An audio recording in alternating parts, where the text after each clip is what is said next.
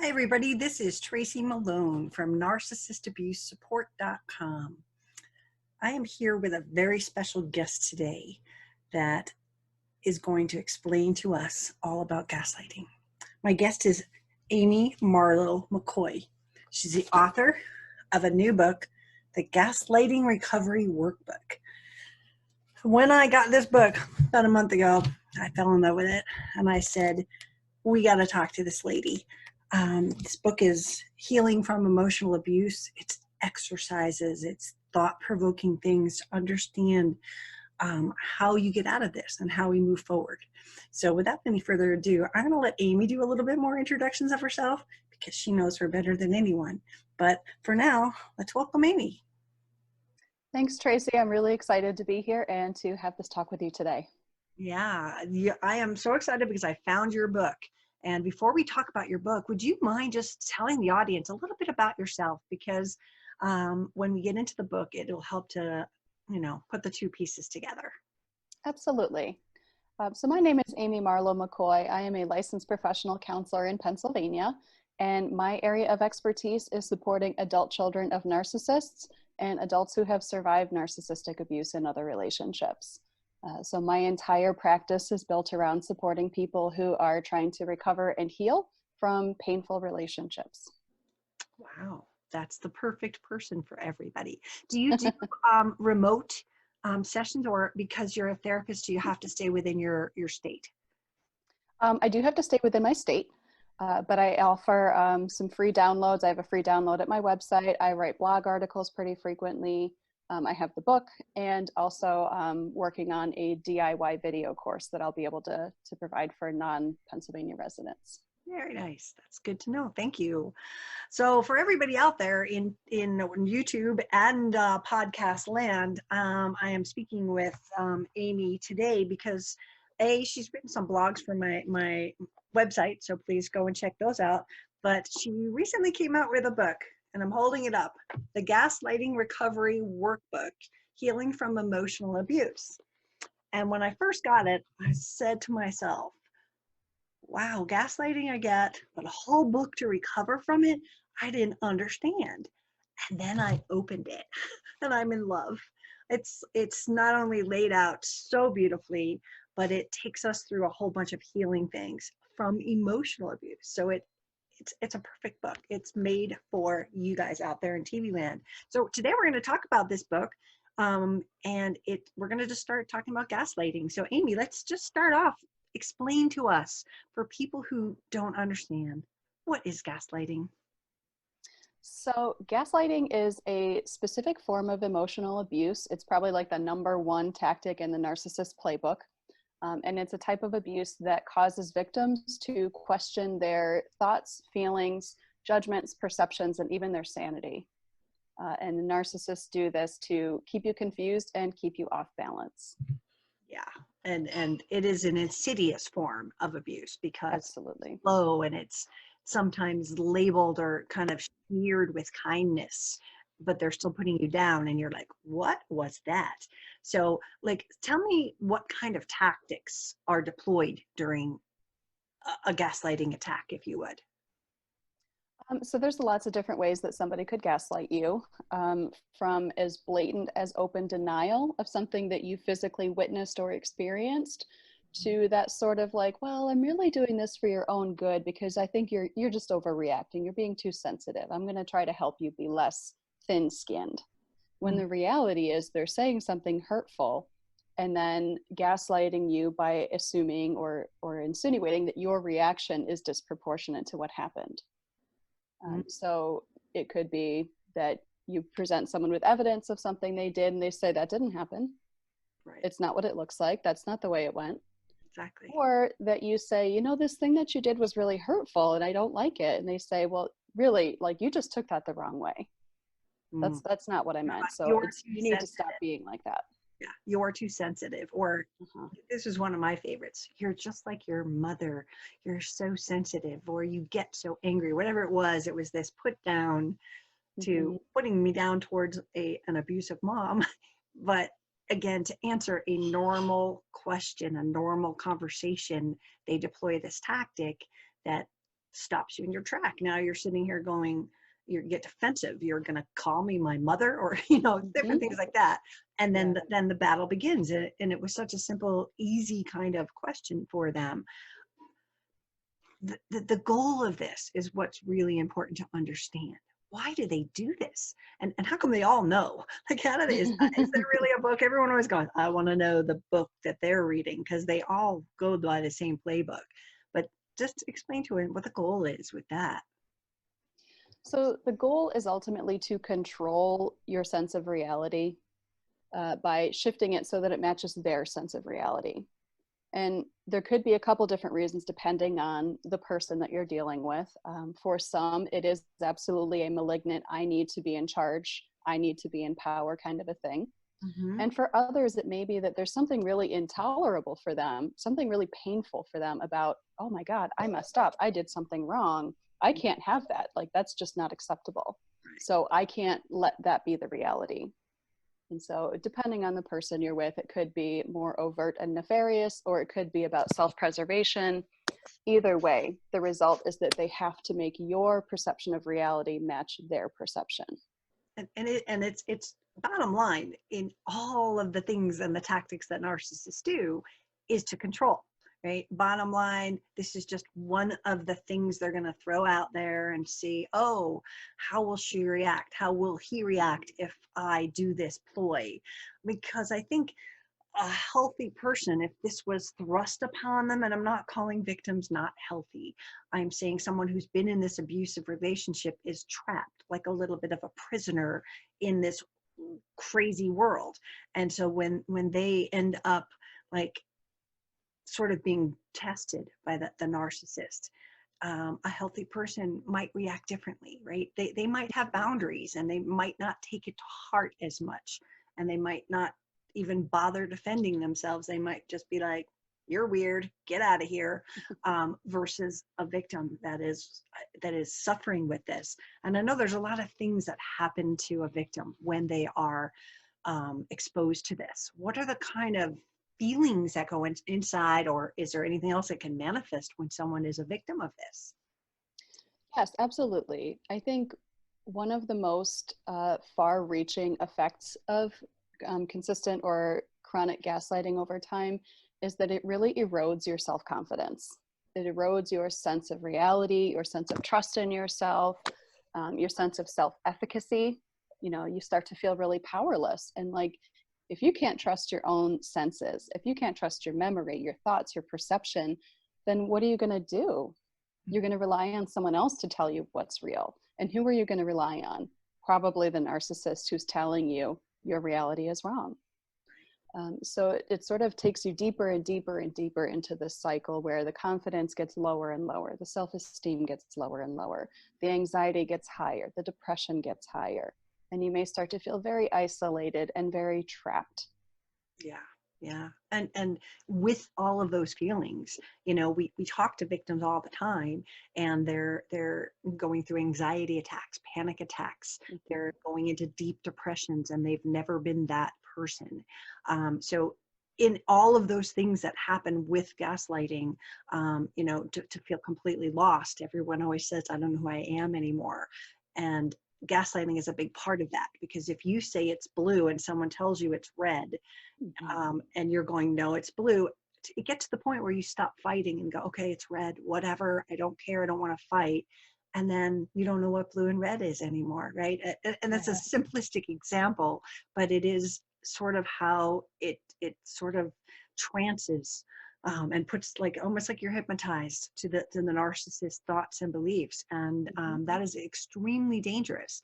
And this is the beginning of narcissistic abuse, is to wear you down and to try to see if they can start to control you little by little by little. And gaslighting is one of the biggest thing. I teach in my support groups, I teach gaslighting, and I teach people some of the things that they might hear. And it always amazes me. Oh, there's a spider on the roof. Yay. It always amazes me when they don't understand that was gaslighting. So can you give us some examples of like some of the things they say? And in your book, and I don't know if you've got it nearby, but the way you give the examples, I love them because you're explaining what that meant. So this is a tiny sentence, but this is what they were doing. I love that part. So can you give us some of the examples? Sure. I'm going to do my best from memory because, of course, all my physical copies are at my office, which I can't go to right now because of the coronavirus. But I can give you some examples for sure. So one of the ones that I see come up a lot, and I hate this one, but it comes up so often, is I wouldn't have done that if you hadn't provoked me. And this is really victim blaming. And this is, I only hit you because you made me so angry. I only called you a bitch because you were so mean or you were nagging me. I only said you were like your mother because you did the same thing she does and you always complain about it. And it really kind of throws you back on your heels and says, oh my gosh, like, was I being a shrew? Was I being obnoxious? Did I really deserve that? And when you are sitting there questioning yourself, it gives the gaslighter free rein to continue.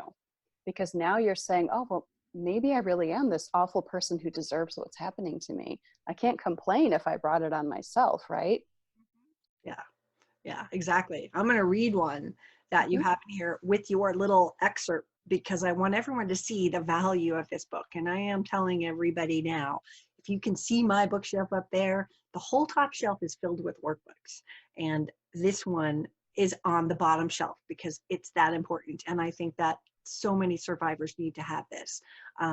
Workbooks are an amazing tool to work things out. It's like a therapist in a box for 20 bucks, right? I don't know how much your book is, but basically when people are going, we have to do the work. Looking at this, understanding your role as far as not understanding it, not knowing what they said, or not understanding how your feelings changed and got affected by this, and how you lost your power, and how never to let it happen again, which is why this book's so cool. Anyway, I went crazy on that. It wasn't like pushing your book. Oh, right, I was.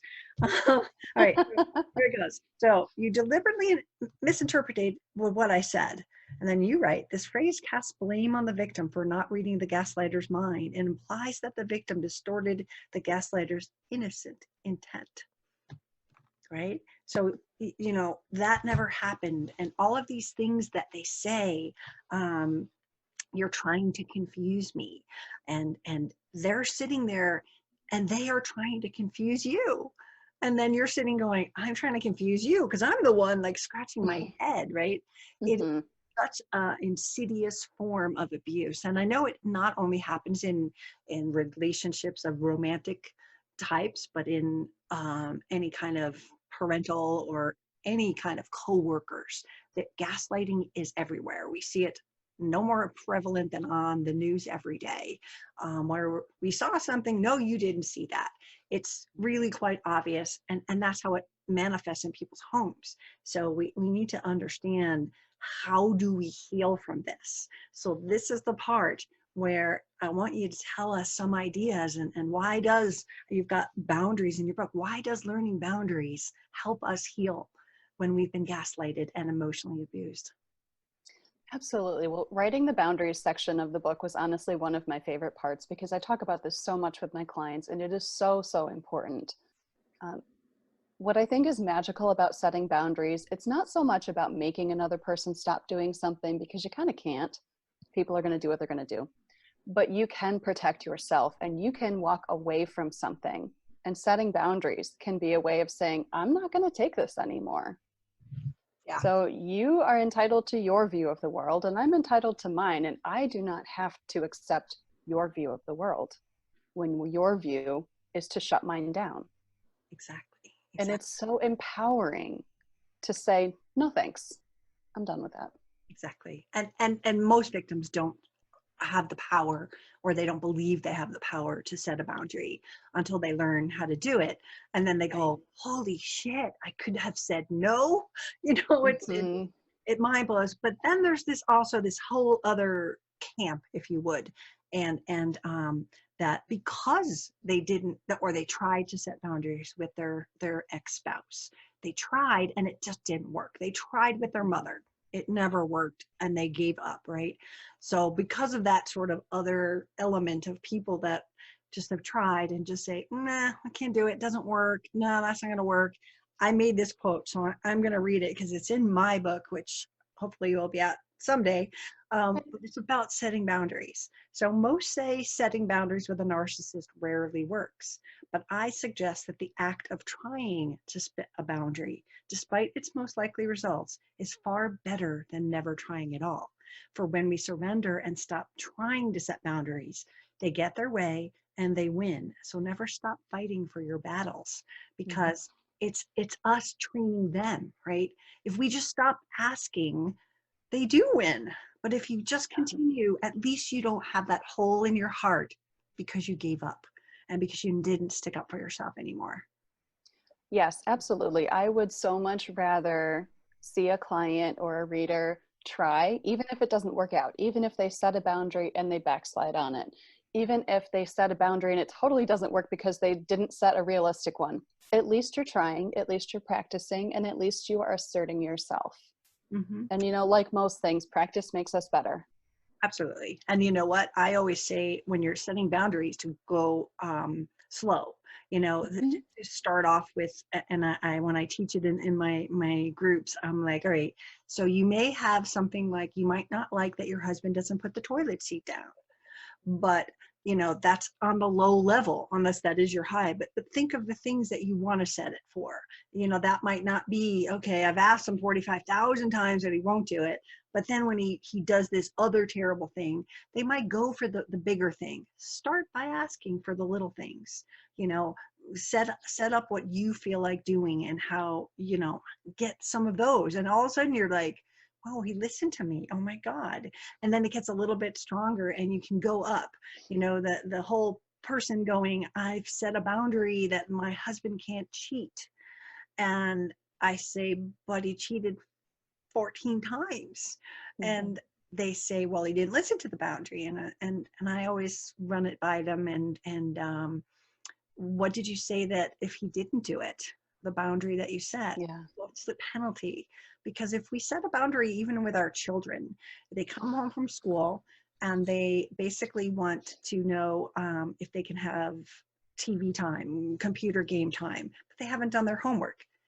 Do your homework, get to play games. Finish your dinner, get dessert, right? There's always a consequence. There's got to be something, and it's got to be realistic. You can't say, if you cheat, I'm leaving, if you can't ever leave, because then they're going to know it doesn't ever work because they keep on cheating. But you've got to have something that's realistic, and you've got to tap into what makes them tick and be worried about that.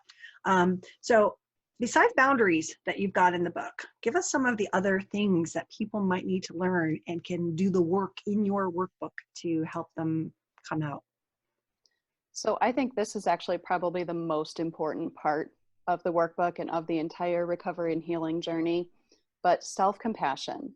I know it's a phrase we've heard a lot. I know a lot of people probably want to roll their eyes when they hear it. And I know that there is, in many of us, a tendency to sort of kick ourselves and be like, how could I not see that? What's wrong with me that I didn't know what was happening, that I didn't leave sooner, that I didn't make it stop? How could I not stand up for myself? What a loser. And that's the gaslighting kicking in. That's that internalized gaslighting where we take on some of the abusive things we've heard and we turn it against ourselves. And it does not work to heal you. All it does is deepen the wounds. So the first thing that has to happen before any real healing can occur is to turn some kindness inward and let yourself catch a break. Being gentle with yourself will get you so much closer to that healed heart than being hard on yourself will. Yeah. And I always tell people when I hear those kind of comments in coaching or in a group, that you're just sided with a narcissist. That's a recording that they're putting in your head, and you're holding on to it. And if they made fun of you, said bad names and called you names, you're calling yourself bad names by blaming yourself for not getting away on time or not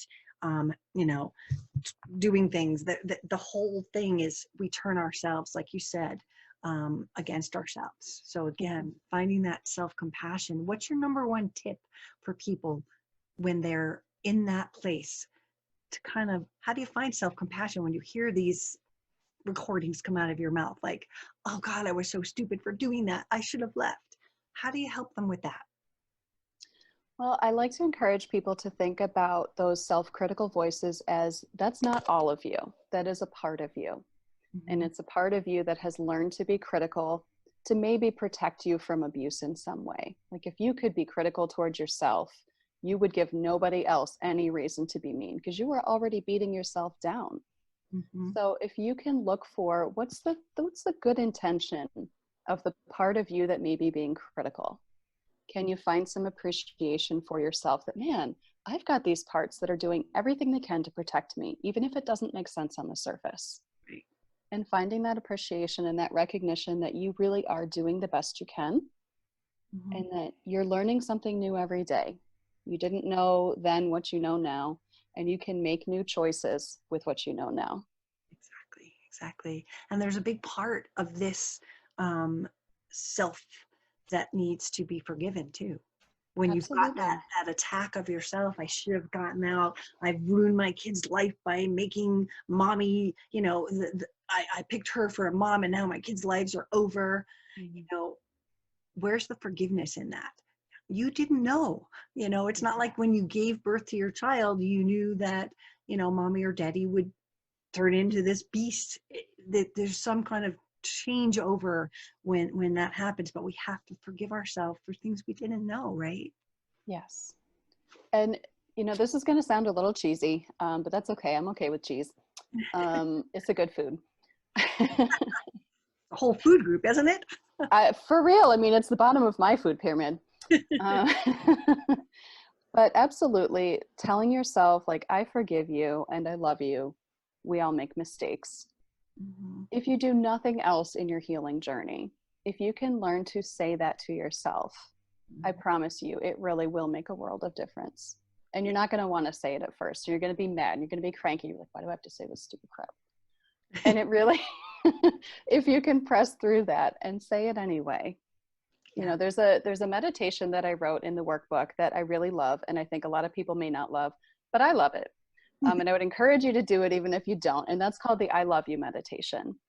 And that is all about finding the places in yourself that feel hurt, that feel angry, that feel like, oh my God, that was so dumb. How could I do that? And then showing love to them, offering an I love you and a gentle touch to say, like, it's okay that you're here. You're welcome and you're part of me and I love you. Mm-hmm. And sending that loving energy inward is such a soothing, healing balm to the hurt places. Absolutely. It's so important. And then that's why I love all the exercises in this book, everybody. You're going to look at things differently and differently about yourself. So while we're here to learn about gaslighting and understand what happened, that's just the beginning of the book. It's really the meat and potatoes is, now what do I do? And one of the things I want to finish up with as the millions of things is, we couldn't talk about this if we spent the next 17 hours talking about it all. But, learning assertiveness is something that you have in here. Why is that important, and how does someone do that? Assertive communication is super important for building healthy relationships. Assertiveness allows you to express your needs, your wants, your preferences, and your boundaries in a way that invites healthy returns. It also gives you a really good clue if someone is unable to meet you in a healthy way, because if you express an assertive request and you are met with gaslighting or passive aggressive responses or aggressive responses, then okay, this person is not able to respond assertively. They're not able to respond respectfully. Something's going on their end of things. Mm-hmm. Yeah, and a lot of this, as we're talking and what you've just said, I had a flash to the people that can't get away. So if you're looking at this and you just like tried to assert yourself and you got this bad reaction, this is a red flag, certainly, where we would say, you know what, this isn't good, and put it in the list of maybe someday I'll be able to get out. But there are people that are trapped. They are trapped, and they are there for religious reasons, for a whole plethora of, I'm staying for the kids, I can't get away, I'm waiting, they have no financial means to get away. So when someone's gaslighting them, what can they do right then and there, besides work on all of these strengths to make them stronger against it? What do you say to the person that's trapped and needs, they can't, they can add up to the sky all the things that they're witnessing, Mhm. but what do we do?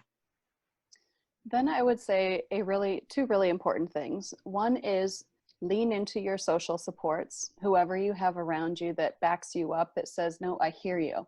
I validate your experience. I got you on this. Mm-hmm. And even if you can't leave or you choose not to, for whatever variety of reasons that people need to stay, um, to validate yourself, to turn inward and say, even if I've asserted myself and my person, whoever that may be, whether it's a boss or a partner or a parent or a child or whoever, my person is gaslighting me and I know what they're doing and I can't make it stop. I know what my truth is. I have the right to my truth. Yes. Nobody else can take that away from me, even if it's not validated on the outside.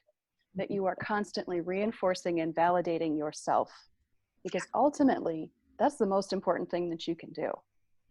And sometimes it's the only thing they can do, and Absolutely. it's but I always tell people to know your truth. I have it in my book probably way more many times than I should. It's just, if they're gaslighting you, if they're telling lies and smears and allegations in the courtroom, well, know your truth. You're not a bad mother. And then pull all the evidence together to show that you are not a bad mother. And, that's how you win in divorce, is that you prove what they're saying isn't true. And that's the whole kind of game with the false allegations. But knowing your truth instead of feeding into the lies that they're telling you, and understanding when they're telling you, I know we're going off in a different direction, but it has to do with gaslighting. When they're telling you something and they're accusing you something in court during a divorce, for example, and understanding that the reasons that they're doing that is to get a reaction out of you, right? Mhm. The more you react and try to defend it, the more they're going to push the dagger in. And so if we look at knowing your truth, it's not going to bother you as much, because you're Right. just going to go, I tell everybody, just hold up your hand and be like, dumbass is at it again. I know that I'm a great mom and I'm going to prove it, right? Instead of taking that on because they have wounded you at the core of whatever is most important to you. So if it's mothering, if it's, you're a good financial person, they're going to rip you apart and say you stole money. Whatever it is, they're going to hit it. So knowing your truth and doing a workbook like this to kind of get control of your emotional gauge, so that when this stuff happens, it slides off you and you're just like, we've got the power, you got no power here, go away, I've got the power. So that's what I tell people when we're talking about divorcing all the time. Know your truth. And when someone's lying to you, choose your battle. Do you have to defend Yes. that they're lying in your face? Or can you just say, I don't want to fight right now. I know the truth. I said it. You said it, whatever it was, and just walk yourself away from the situation, because they Mhm. want you in there for the fight. Absolutely. And I talk about something a little bit similar, not necessarily specific to divorce, but the idea that setting boundaries can be as simple as not engaging. You Mm, don't have to have a big confrontation with someone to set a boundary that you're not going to play the game anymore. You mm, can simply smile and nod. You can have a rinse and repeat answer that you just say over and over and over and over. You can simply walk away. There are many ways to set a boundary that don't involve getting into an argument. exactly. I love that. That's really, really good advice. I'm totally going to add that when I tell my groups the gaslighting thing, because walking away is an answer. And not passively aggressive, but again, find your answers and just be hand up, talk to the hand, gotta go, bye. And then Yeah, you'll feel so much stronger than when they take you down and bring you into that emotional pit. Hello there, right. Here kitty. comes the cat again. You need Well, to share something. is there anything else that you want to say that rounds up what people will learn in this book? Well, I think this book is about really learning how to regain your self-trust. Mm, Because once you regain your self-trust, you can do the healing work. You can develop the self-compassion. You can develop the assertiveness. But as you said earlier, forgiveness is a huge piece of it. Not beating yourself up and learning to be gentler on yourself. And mhm. it sounds so contradictory in a way, but finding that internal gentleness will allow you to find the outer assertiveness and the outer firmness that you need for good, healthy boundaries. So it Mhm. starts with softening towards yourself, and then you can be firmer toward the world in the ways that you need to be. Exactly, exactly. I love that. Thank you. And there's so much in this that people are going to need to understand. And, go buy the book. I'll put a link below for everybody. If you're on the podcast, you could top over and find the link on YouTube, which is where we'll be putting it up. But thank you so much for joining me today, Amy. It has been such a pleasure. Since I've had this book in my hand, I've just been like waiting to talk with you because, um, again, lots of workbooks on my shelf. But to me, this is really about emotional abuse and how to heal from it. So thank you so much for joining me today. Thank you so much for having me, Tracy. I had a great time. Great. How cool was that? Isn't she brilliant? I really like her work so much, and I really encourage you to go out and get this workbook, because if you're healing from narcissistic abuse, you need to have all of these components to understand everything from gaslighting and what to do with self-healing and nurturing and everything else that she just told us. Again, if you are looking for answers on narcissistic abuse, visit my website, narcissistabusesupport.com. We've got free ebooks. We've got listings of support groups from all over the country and the world. We've added extra ones for wherever we can find them. So if you're looking for support, if you're looking for answers, get there. Find out more. We've got free ebooks, 10 of them. So get started today with your healing and go find this book. And that's all I got for today. Thank you so much for listening. And we'll stay tuned and get you another person to see and learn from soon. Have a great day.